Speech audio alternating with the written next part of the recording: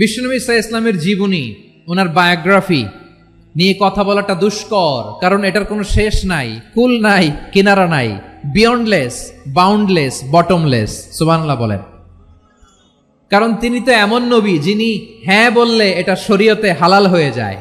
নবীর মুখ দিয়ে যদি বেরোয় হ্যাঁ, নাম, ইয়েস, তাহলে এটা হালাল, ঠিক কিনা বলেন? এ নবীর মুখ দিয়ে যদি না বের হয় যে না, নো, তাহলে এটা শরীয়তে হারাম হয়ে যায়।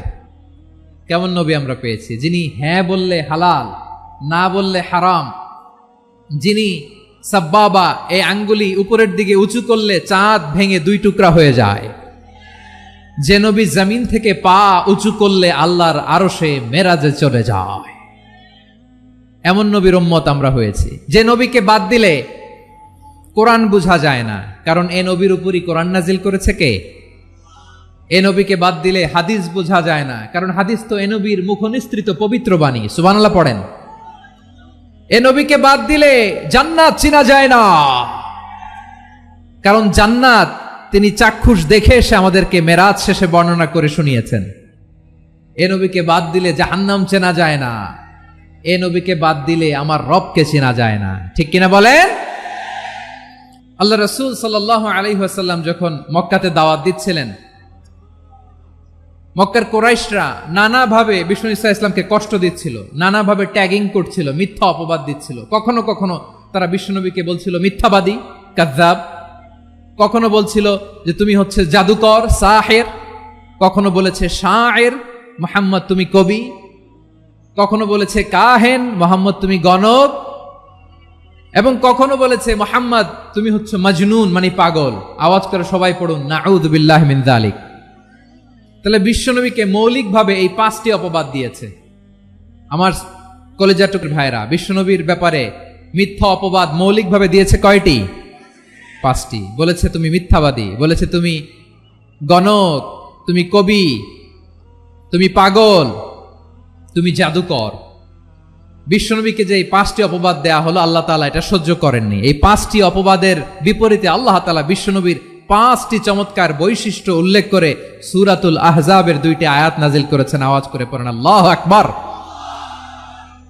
5টি চমৎকার বৈশিষ্ট্য সূরাতুল আহজাবের ভেতরে রব্বুল আলামিন উল্লেখ করে আমাদেরকে জানিয়ে দিচ্ছেন, ইয়া আইয়ুহান নাবিয়্যু ইন্না আরসালনাকা শাহিদান ওয়া মুবাশশিরান ওয়া নাযীরা ওয়া দাঈয়ান ইলাল্লাহি বিইذনিহি ওয়া সিরাজাম মুনীরা। পড়েন আল্লাহু আকবার। নিশ্চয় আমি আপনাকে সাক্ষ্যদাতা রূপে প্রেরণ করেছি, সুসংবাদদাতা রূপে প্রেরণ করেছি, সতর্ককারী রূপে প্রেরণ করেছি, আল্লাহর দিকে আহ্বানকারী রূপে প্রেরণ করেছি, আর আলোদানকারী চেরাগ রূপে, প্রদীপ রূপে প্রেরণ করেছি। পড়েন সুবহানাল্লাহ। 5টা বৈশিষ্ট্য। 1 নম্বরে আল্লাহ তাআলা বলেন, হে নবী, নিশ্চয় আমি আপনাকে সাক্ষ্যদাতা হিসেবে প্রেরণ করেছি। সাক্ষ্যদাতা, বিষ্ণু ঈসা ইসলাম সাক্ষ্য দিবেন, এজন্য শাহিদ। শাহিদ মানে সাক্ষ্যদাতা। আওয়াজ করে বলুন, শাহিদ মানে কি? তিনি সাক্ষ্য দিবেন। মুবাশশির, 2 নম্বর বৈশিষ্ট্য হচ্ছে তিনি মুবাশশির। মুবাশশিরুম বিরাহমাতিল্লাহি ওয়া বিল জান্নাহ, তিনি আল্লাহর রহমতের সুসংবাদ দেন, তিনি আল্লাহর জান্নাতের সুসংবাদ দেন। সুবহানাল্লাহ পড়েন। 3 নম্বর বৈশিষ্ট্য হচ্ছে নাযীর, তিনি সতর্ককারী, ওয়ার্নার, তিনি সাবধান করতে এসেছেন, রিমাইন্ডার দিতে এসেছেন যে আল্লাহর পথে যদি না চলো, শিরকি কাজ যদি না থামাও, তাহলে এমন আযাব আসবে আল্লাহর পাকড়াও থেকে তুমি বাঁচতে পারবে না। তিনি নাযীর। বিষ্ণু ঈসা ইসলামের 4 নম্বর বৈশিষ্ট্য হচ্ছে দাঈয়ান ইলাল্লাহ, তিনি আল্লাহর দিকে আহ্বানকারী। এই যে আমরা আমাদেরকে পরিচয় দেই যে আমরা দাঈ, বলি না? বলি যে উনি হচ্ছেন একজন দাঈ ইলাল্লাহ। বহু বচন আমরা বলি আদ-দুআত ইলাল্লাহ।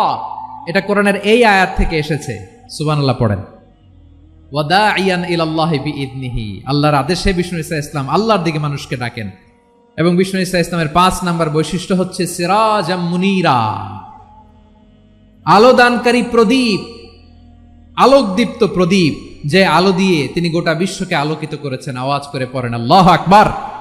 কিয়ামতের দিন আল্লাহ তাআলা প্রত্যেক নবীকে জিজ্ঞেস করবেন যে তুমি কি তোমার উম্মতের কাছে আমি যা যা পৌঁছাতে বলেছিলাম পৌঁছিয়েছো? নবীরা বলবে আল্লাহ আমি পৌঁছিয়েছি। নবীদের কথা ঠিক কিনা সত্য কিনা এর সপক্ষে তখন বিশ্বনবী সাক্ষী দিবেন। সুবহানাল্লাহ পড়েন।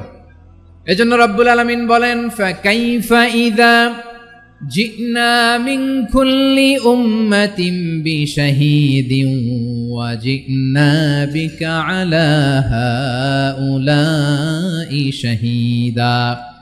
তখন কেমন হবে যখন প্রতিটি উম্মত থেকে আমি একজনকে সাক্ষ্য হিসেবে বের করে আনবো, আর তাদের উপরে নবী আমি আপনাকে সাক্ষ্য বানাবো। পড়েন সুবহানাল্লাহ। তাহলে সব উম্মতের ব্যাপারে সেই উম্মতের নবীরা সাক্ষ্য দিবে, আর ওই নবীদের উপরে আমাদের নবী বিশ্বনবী সাক্ষ্য দিবেন। সুবহানাল্লাহ পড়েন। এজন্য বিশ্বনবী হচ্ছেন শাহিদ। শাহিদের আরেকটা ব্যাখ্যা হচ্ছে বিশ্বনবী সাল্লাল্লাহু আলাইহি ওয়াসাল্লাম আমাদের সাক্ষীর উপরে তিনি সাক্ষী দিবেন।